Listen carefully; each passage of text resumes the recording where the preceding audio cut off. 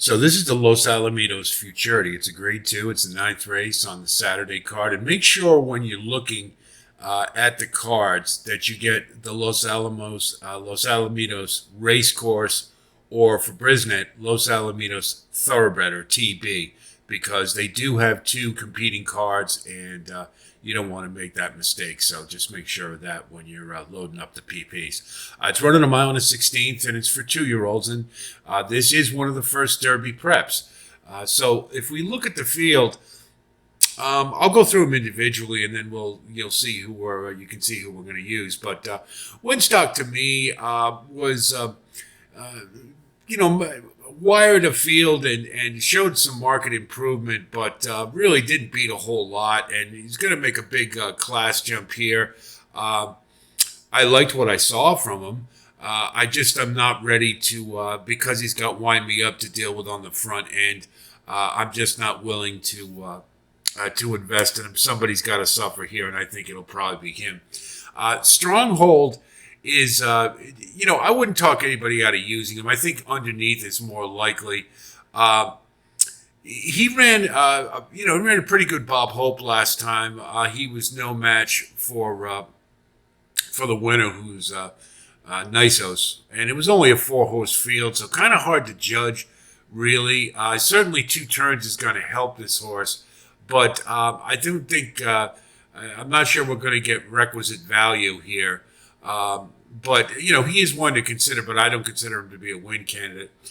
Ace of Clubs was doing pretty well on dirt, and then when shifted to turf, put in a couple of clunkers in a row. And really what that said to me more than anything else is that stepping up in class is going to hamper this one's progression.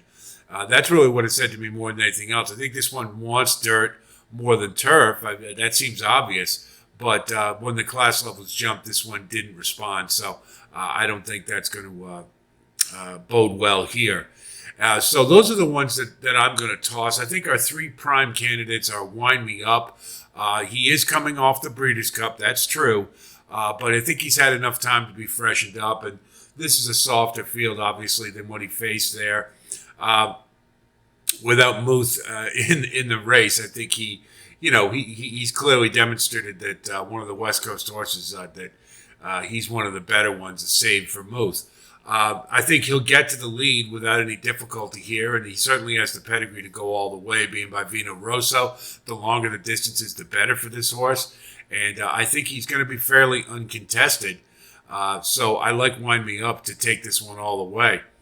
Coach Prime is obviously got some talent. The last race was interesting in that he got a breather on the back end, and once he was set loose, he just coasted by what was a marginal field. So this is a big step up in class. I think certainly this one has some talent. There's no doubt about that, and being trained by Bob Baffert doesn't hurt. I just think Wind Me Up tactically probably will have a little bit of an advantage. And then to get some value, let's throw in Moonlit Sonata. I liked what I saw in the last race. I think they list him as a closer. He ran to me more like a mid-pack pace presser, so that's the way I've designated him. I'd like to see a little better price than 5-1 going into Stakes Company after a maiden win, but Tim Yakteen did win this race last year with Practical Move, and his barn's going pretty well right now. I thought this horse was extremely professional, and if he can build on what he did in the first race, and with his running style, he could be passing others that are taxed trying to keep up with Wind Me Up. So for value purposes, more than anything else, more of an under candidate, we'll use Moonlit Sonata. So if we look at our wagering strategy, I think Wind Me Up is the horse to beat, followed secondly by Coach Prime. And then I've listed Stronghold and Moonlit Sonata are the 2 I think most likely to be under. Since the prices are likely to be short, in some respects, this is a no-bet race just because there isn't a lot of value. If I could find a big price to put underneath Wind Me Up or Coach Prime, we'd do so. It's just there's a 6-horse field. It's going to be difficult. However, if we're going to bet this, I think Wind Me Up's the horse to beat, and Coach Prime is second. So I'm going to do a cold exacta 6-5 Then we're going to key Wind Me Up with 1, 3, and 5, and then we'll box the 5 and the 6. So this way, if Wind Me Up does come in first and Coach Prime comes in second, we get all 3. So you max out your value on an exacta. Kind of the same thing with the trifecta. We'll do it cold for the first 2, 6 with 5 with 1, 3. Then we'll go 5, 6, 5, 6 with 1, 3.